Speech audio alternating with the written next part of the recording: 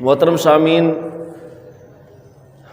معاف کرنا اور معافی مانگنا یہ میرے رب کو بڑا پسند ہے۔ معاف کرنا اور معافی مانگنا میرے رب کو بڑا پسند ہے۔ اللہ رب العزت نے فرمایا استغفروا ربکم انہ کان غفارا۔ میرے بندو، جب خطا کر بیٹھو تو اپنے رب سے اپنے گناہوں کی بخشش طلب کرو۔ اور آگے رب فرماتا ہے انہ کان غفارا، وہ تو ہے ہی بخشنے والا۔ قرآن کا لہجہ، اسلوب، انداز دیکھیے۔ پہلے فرمایا اپنے رب سے معافی مانگو، انہ کان غفارا، معافی مانگو۔ تم نے معافی اور کسی سے نہیں مانگنی اس سے ہے جو ہے ہی بڑا مہربان۔ دنیا میں بندہ کسی سے معافی مانگے تو ڈر ہوتا ہے، نہ جانے آگے سے کوئی لفظ نہ کہہ دے، ممکن ہے آگے ناراض نہ ہو جائے۔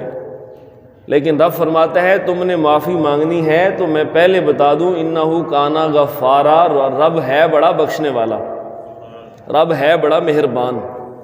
تو اللہ رب العزت اپنے سے معافی مانگنے کو بھی پسند فرماتا ہے، اور وہ ہے بھی بخشنے والا، عفو کریم، بہت بخشنے والا اور مہربان۔ اور بندوں سے بھی یہی حکم ہے میرے رب کا کہ بندے بندوں کو بھی معاف کر دیا کریں۔ بندہ اپنے رب سے بھی معافی مانگے تو اللہ کو پسند ہے۔ اور اگر بندہ اللہ کے کسی بندے سے کی ہوئی غلطی پر معافی طلب کر لے تو اللہ کو یہ بھی بڑی پسند ہے ادا۔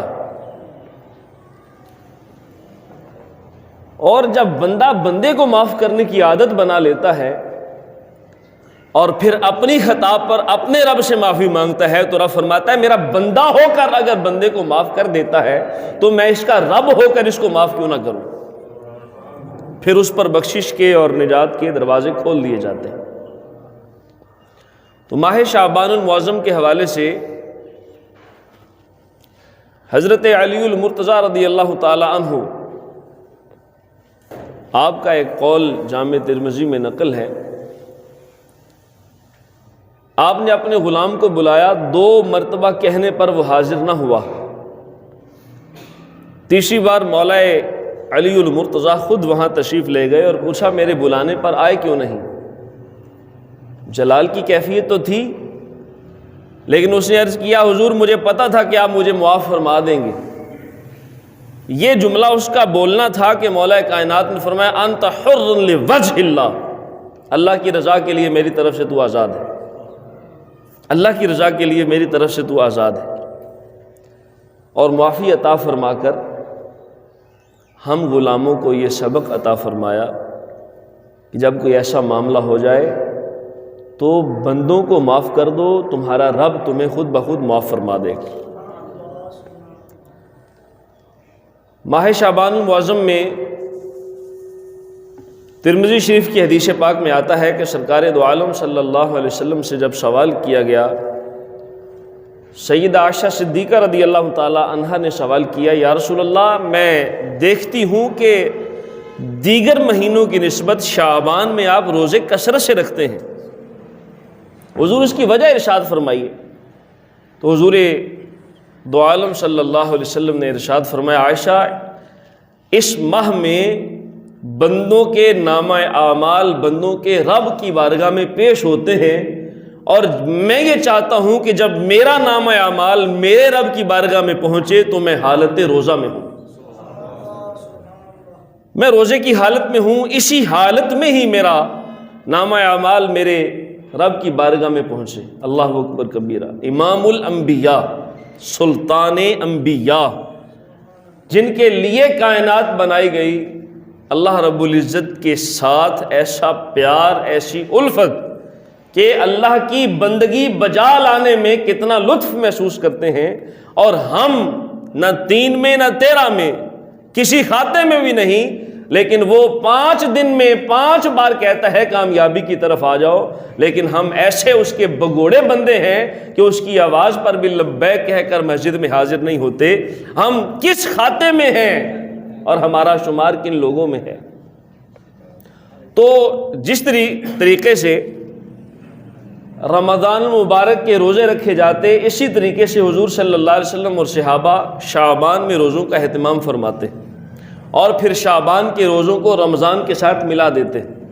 اور حضور اکثر دعا فرمایا کرتے، جب رجب کا مہینہ طلوع ہوتا تو حضور فرماتے اللہم بارک لنا فی رجب و شعبان و بلغنا رمضان۔ وہ مہینہ کتنی شان والا ہے جس کے لیے حضور کثرت سے دعا کیا کرتے تھے اور عرض کرتے تھے مالک ہمارے رجب میں بھی برکت دے، ہمارے شعبان میں بھی برکت دے، اور ہمیں رمضان بھی نصیب فرما۔ حضور صلی اللہ علیہ وسلم گویا رجب کی آمد پر ہی رمضان کی آمد کا انتظار کرنا شروع کر دیتے، اس لیے کہ رمضان رب کی رحمتوں کا مہینہ ہے۔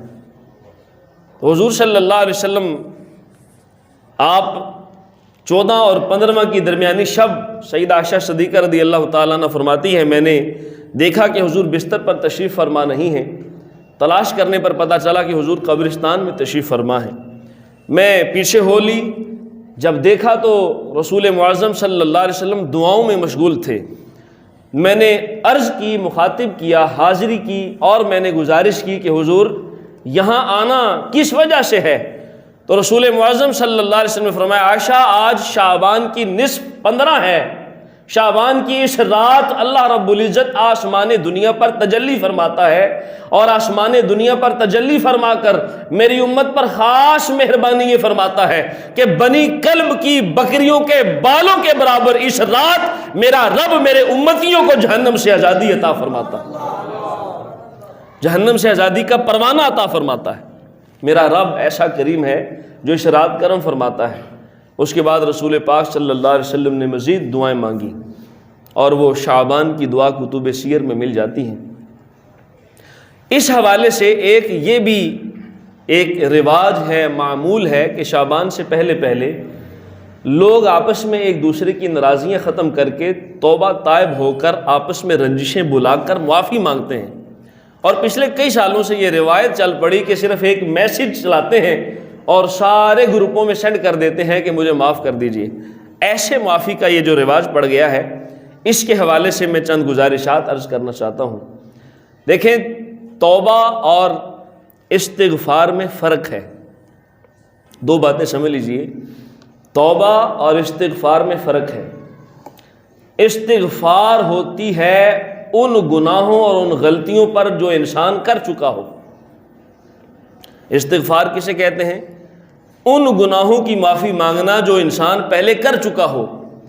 اور توبہ کا مطلب یہ ہے کہ کی ہوئی خطاؤں پر شرمندہ ہو کر، نادم ہو کر اللہ کی بارگاہ میں عرض کرے اور پختہ عزم کرے کہ آئندہ مولا اس کام کی طرف نہیں بھٹکوں گا جس کام میں تیری نافرمانی ہو، اسے توبہ کہتے ہیں۔ گزشتہ پر معافی استغفار ہے، اور آئندہ کا عزم یہ توبہ ہے۔ اللہ رب العزت ہمیں یہ دونوں سعادتیں نصیب فرمائے۔ التائب من الذنب کما لا ذنب علیہ، حضور فرماتے ہیں توبہ کرنے والا، خطاؤں اور گناہوں سے توبہ کرنے والا ایسے ہے جیسے گویا اس نے گناہ کیا ہی نہیں، اس نے گویا خطا کی ہی نہیں۔ وہ تو نہایت سستا سودا بیچ رہے ہیں جنت کا، ہم مفلس کیا مول چکائیں، اپنے ہاتھ تو خالی ہیں، ہمارے پاس تو ہے کچھ نہیں۔ وہ تو مہربانیاں کیے جا رہا ہے میرا رب۔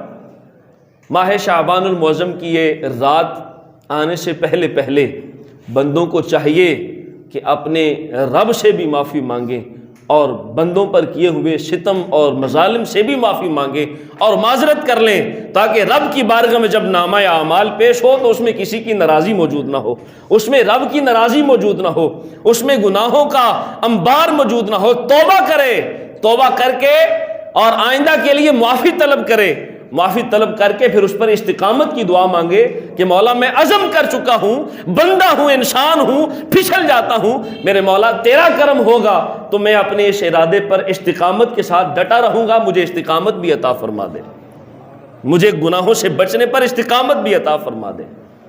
معزز سامعین، معافی کے حوالے سے میں عرض کر چکا دو صورتیں ہیں، ایک وہ خطائیں جس کا تعلق بندے اور اللہ کے درمیان ہے، وہ غلطیاں انسان کی جس کا تعلق بندے اور رب کے درمیان ہے، اور ایک وہ خطائیں ہیں جس کا تعلق بندوں اور بندوں کے درمیان ہے۔ تو وہ خطائیں جو اللہ اور بندے کے درمیان ہیں اس کی بھی پھر آگے دو کیٹیگریز ہیں، ایک وہ ہے جس کا تعلق عبادات کے ساتھ ہے۔ توجہ ہے سب کی؟ آپ کو سمجھ بھی آ رہا ہے؟ محبت سے کہیے ذرا سبحان اللہ۔ تو کیا عرض کر رہا ہوں، وہ چیزیں جس کا تعلق بندے اور رب کے ساتھ ہے اس کی بھی آگے پھر دو صورتیں ہیں، ایک وہ قسم ہے کہ جس کا تعلق عبادات کے ساتھ ہے، اور ایک وہ تعلق ہے جس کا تعلق، ایک وہ چیز ہے جس کا تعلق معاملات کے ساتھ ہے۔ عبادات کے ساتھ نماز چھوٹی ہے تو اللہ سے معافی مانگے، زکوٰۃ چھوڑی ہے، فرض تھی نہیں دی تو اللہ سے معافی مانگے، حج فرض ہو چکا تھا نہیں کیا اللہ سے معافی مانگے، اور روزے رمضان کے چھوڑے ہیں تو اللہ سے معافی مانگے۔ اور پھر یہ صرف معافی سے کام نہیں چلے گا، یہ بھی عرض کر دوں، صرف معافی نہیں، جو نمازیں چھوٹی ہیں اس پر سچے دل سے تائب ہو کر اس کی قضا بھی شروع کر دے، ارادہ کرے کہ میں اس کی قضا بھی کروں گا، میں لوٹاؤں گا بھی، زندگی نے مجھے مہلت دی تو میں اپنی پوری نمازیں حساب لگا کر ادا کروں گا جو میں نے چھوڑی ہیں۔ اگر انسان کا انسان کے بدلے قرض ہو تو جب تک وہ وصول نہ کر لے تب تک قرض رہتا ہے۔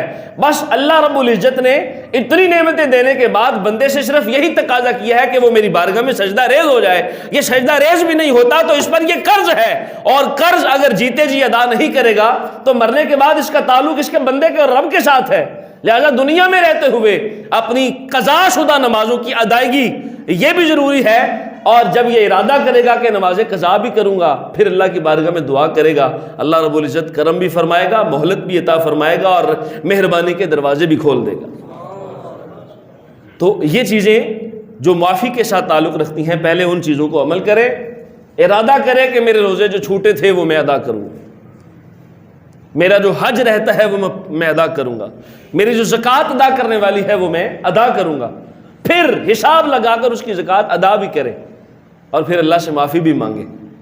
اور کچھ وہ تعلق ہیں جیسے امانت میں خیانت کرنا، جیسے شراب نوشی، جیسے جوا، یہ وہ کام ہیں جن کا تعلق عبادات سے تو نہیں ہے لیکن اللہ کے ساتھ اس کا معاملہ ضرور ہے، لہٰذا ان کاموں کی سچے دل سے معافی اور توبہ یہی کفایت کرے گی۔ بندہ سچے دل سے معافی مانگے اور توبہ کر لے، یہ اس کے لیے کافی ہے۔ اور کچھ وہ چیزیں ہیں جس کا تعلق بندوں اور بندوں کے ساتھ ہے، اگر بندے کے ساتھ ظلم کیا اور ستم کیا ہو تو اسے معافی مانگے کہ میرے بھائی میری طرف سے تیری دل آزاری ہوئی تھی، اللہ کی رضا کے لیے معاف کر دے۔ حتیٰ کہ حدیث میں ہے اگر انسان کو منت کرنی پڑے کہ اللہ کے بندے مجھے معاف کر دے تو اسے چاہیے کہ وہ منت کرے، معافی دلوائے، اس لیے کہ جب تک بندوں کے ساتھ معاملات صاف نہ ہوئے تو اللہ کی بارگاہ میں پہنچنے پر تین ہی صورتیں ہوں گی، یا انسان کی نیکیاں لے کر معافی دلوائی جائے گی، یا انسان پر اس کے گناہ ڈال کر معافی دلوائی جائے گی، یا پھر اللہ ان دونوں کے درمیان کسی طریقے سے بھی معافی کروائے گا۔ تو بہتر یہ ہے کہ وہاں شرمندگی اٹھانے سے پہلے بندہ دنیا میں ہی معافی طلب کر لے، یہ آسان کام ہے یہاں پر کرنا، اور وہاں مشکل ہے۔ لہذا جس کا مال ہتھ آیا ہے، جس کی چوری کی ہے، جس کی عصمت دری کی ہے، جس کو گالی کے ساتھ زخمی کیا ہے، جس کے دل پر اپنے ظلم و ستم کے نشتر چلائے ہیں، ان سے معافی مانگو۔ اور میرے حضور صلی اللہ علیہ وسلم نے فرمایا جس نے غلطی کی اور پھر اپنے بھائی سے معافی مانگی اور وہ بھائی سے معافی مانگ رہا ہے اور دوسرا ایسا سخت دل ہے کہ معافی مانگنے پر بھی وہ معافی قبول نہیں کر رہا، فلم یقبل عذرہ فلم یرد علی الحاظ، فرمایا جس نے کسی سے معذرت کی اور اس نے معذرت قبول نہ کی تو معذرت قبول کرنے والے کو حق نہیں ہے کہ وہ حوض کوثر پر آ کر محمد سے جام مانگتا پھرے، پھر اسے کوئی حق نہیں ہے کہ وہ میرے حوض پر آئے۔ فرمایا میں اگر غلطی کرتا ہوں اور میں معافی چاہ رہا ہوں کسی سے اور وہ اگلا بندہ ایسا اکڑا ہوا ہے کہ مجھے معافی دینے پر بھی راضی نہیں، تو فرمایا وہ جس سے معافی مانگی گئی ہو اور وہ آگے سے معاف نہ کرے اور اس کا عذر قبول نہ کرے، فلم یرد علیہ الحوض، فرمایا پھر وہ میرے حوض پر نہ آئے، پھر وہ میرے تالاب اور آب کوثر پر نہ آئے، پھر اسے نہیں چاہیے کہ وہ مجھ سے جام مانگتا پھرے۔ یہاں تک حضور علیہ الصلوۃ والسلام نے ارشاد فرمایا۔ تو محترم سامعین، یہ جو گزارشات کر رہا ہوں اس پر عمل کرنے کی کوشش بھی کیجیے، میں بھی انشاءاللہ العزیز کروں گا، اور آخر میں آپ سے ارادتاً معافی طلب کروں گا، اور اگر آپ کے ایسے کچھ معاملات ہیں تو ان کو بھی نپٹا لیجیے، اس سے پہلے کہ بندہ انتظار کر رہا ہو کہ میں شعبان کی اس رات معافی مانگ لوں گا۔ شاید کہ وہ شعبان کی رات میسر ہی نہ آ سکے، شاید کہ اس سے پہلے ہی یہ سانس کی ڈوری ٹوٹ جائے اور اتنی مہلت ہی نہ مل سکے۔ تو جتنا جلدی ہوتا ہے بندوں کو راضی کر لیجیے۔ میرے حضور نے قسم اٹھا کر 3 چیزیں ارشاد فرمائی۔ کتنی چیزیں؟ 3 چیزیں ارشاد فرمائی۔ میرے آقا سرور کائنات فرماتے ہیں ما نقص مال عبد من صدقۃ، پہلی بات فرمایا صدقہ کرنے سے کسی کا مال کم نہیں ہو سکتا۔ پہلی قسم حضور نے کیا ارشاد فرمائی؟ قسم اٹھا کر میرے حضور اگر ویسے بھی ارشاد فرما دے تو سچے اور صادق اور امین ہیں۔ میرے آقا سچے ہیں، صادق اور امین ہیں، انہیں قسم اٹھانے کی ضرورت نہیں ہے، لیکن قسم اٹھا کر اس کی تاکید فرمائی، فرمایا صدقے سے بندہ مومن کا مال کم نہیں ہوتا۔ اور دوسری چیز ارشاد فرمائی معاف کرنے سے کسی کی عزت کم نہیں ہوتی، معاف کرنے سے کسی کی عزت کم نہیں ہوتی۔ من تواضع للہ الا رفعہ اللہ، فرمایا اور جو اللہ کے لیے عاجزی کرے، رب کعبہ کی قسم ہے جس کے قبضے قدرت میں میری جان ہے، بندہ اپنے رب کی بارگاہ میں عاجزی کرتا رہے، اس کا رب اس کو بلندیاں عطا فرماتا جائے گا۔ یہ عاجزی کرتا رہے اور اسے بلندیاں ملتی جائیں گی۔ یہ 3 چیزیں میرے حضور نے ارشاد فرمائی۔ خدا کرے کہ تیرے دل میں اتر جائے میری بات، تو معافی والا معاملہ کیجئے تاکہ پچھتاوا نہ ہو، اور ہمارا نامہ اعمال جب رب کی بارگاہ میں پیش ہو تو پھر پچھتاوا نہ ہو۔ اسی گندگی سے لتھڑا ہوا یہ نامہ اعمال میرے رب کی بارگاہ میں پیش ہوا تو ہمارا کیا بنے گا؟ اور اگر اسی طرح سے وہ ناراضگیاں، وہ رنجشیں، وہ دلوں میں کلوٹیں، وہ دلوں میں سختیاں اگر یہی رہیں تو نامہ اعمال اگر اسی طرح رب کی بارگاہ میں پیش ہو گیا تو میرا رب ناراض ہو جائے گا، اور جس پر رب ناراض ہو جائے اس کے پیچھے باقی بچتا کیا ہے، اس کے پیچھے رہتا کیا ہے؟ محترم سامعین، 1-2 حوالے اس گفتگو کے دوران میں پوائنٹ کلیئر کرنا چاہتا ہوں۔ ایک تو یہ کہ شب برات کو لفظ بگاڑ کر شبرات بنا دیا گیا، حالانکہ شب برات کا مطلب ہے چھٹکارا پانے کی رات، اللہ سے جہنم کی آزادی کی رات، اور اس کو ہم نے بنا لیا شبرات۔ اور شبرات کا تصور کہاں سے آیا؟ ہندوؤں سے، غیر مسلموں سے، اور یہ بہت حد تک کم ہو چکا ہے۔ ہمارے نوجوان اس رات خاص طور پر پٹاخے پھوڑتے ہیں، بم چلاتے ہیں شبرات سمجھ کر۔ وہ شبرات سمجھتے ہیں کہ جشن کی رات ہے، لیکن حضرت سیدنا عبد القادر غوث پاک رضی اللہ تعالیٰ عنہ غنیت الطالبین میں فرماتے ہیں کتنے ہی ایسے لوگ ہیں جن کا کفن دھل کر بازار میں آ چکا ہوتا ہے، وہ اپنی مستیوں میں مصروف ہوتے ہیں، کتنی ہی قبریں کھل چکی ہوتی ہیں، وہ دنیا کی رنگینیوں میں مست ہوتے ہیں، اور کتنے ہی لاشوں پر یہ موت کا پروانہ لکھ دیا جا چکا ہوتا ہے، لیکن وہ اپنی دنیا کی مستیوں میں مست ہوتے ہیں۔ وہ رات جس رات اہم فیصلے کیے جانے ہیں، اس رات بندہ مومن پٹاخے پھوڑنے میں لگا ہے، اس کی مت ماری گئی۔ لہٰذا بچوں کو بھی سمجھائیے، خود بھی سمجھیے، اور بچے جو چلاتے ہیں ان کو روکیے کہ یہ جہنم خریدنے کی رات نہیں، جہنم سے چھٹکارا پانے کی رات، چھٹکارا پانے کی رات۔ اور دوسرا تصور یہ ہے کہ جب نئی نئی شادی ہوتی ہے دلہا دلہن کی، تو شادی کے دوران یا شادی سے پہلے منگنی ہو چکی ہو تو شب برات کے موقع پر کچھ کھانے، پھیونیاں، سوئیاں، یہ بطور شبرات بیجی جاتی ہیں۔ قسم ہے اسلام میں اس کا کوئی تصور نہیں۔ اس رات اپنے رب سے معافی مانگو، سورہ دخان کی آیت نمبر 3، یفرق فیہا کل امر حکیم، یہ وہ رات ہے جس رات ہر حکمت والا فیصلہ تقسیم کر دیا جاتا ہے۔ پورے سال کا رجسٹر لوہے محفوظ سے اٹھا کر فرشتوں کے ہاتھ میں دے دیا جاتا ہے، اور وہ مکمل کب ہوتا ہے؟ رمضان کی 27ویں شب۔ اور پھر پورے سال میں جس نے مرنا ہے وہ بھی لکھا گیا، جس نے جینا ہے وہ بھی لکھا گیا، جس نے دنیا میں آنا ہے وہ بھی لکھا گیا، کس کو کتنا رزق ملنا ہے یہ بھی لکھا گیا۔ اتنے اہم فیصلے کی رات ہے، اور بندہ مومن اس رات کو سو کر گزار دے، بندے مومن اس رات کو غفلت میں گزار دے، تو پھر یہ ہماری بہت بڑی بھول ہے۔ اللہ رب العزت کے پیارے رسول فرماتے ہیں، مولا کائنات علی المرتضیٰ رضی اللہ تعالیٰ عنہ حدیث پاک کے راوی ہیں، حضرت علی المرتضیٰ حضور کی حدیث ارشاد فرما رہے ہیں، نبی کا فرمان سننے سے پہلے ایک دفعہ ذرا محبت سے کہیے سبحان اللہ۔ حضرت علی المرتضیٰ رضی اللہ عنہ فرماتے ہیں، ان اللہ ینزل الی السماء الدنیا، اس رات میں اللہ آسمان دنیا پر تجلی فرماتا ہے، اور صدا کیا ہوتی ہے؟ فیقول، رب فرماتا ہے، الا مستغفر فاغفرہ، ہے کوئی بخشش مانگنے والا کہ میں اسے بخش دوں؟ ہے کوئی مغفرت مانگنے والا کہ میں اسے مغفرت دے دوں؟ اور دوسری صدا کیا آتی ہے؟ اللہ الا مسترزق، ہے کوئی رزق مانگنے والا کہ میں اسے رزق عطا کر دوں؟ اور تیسری صدا کیا آتی ہے کوئی بیماری اور پریشانی میں مبتلا، فعافیہ، کہ میں اسے عافیت دے دوں؟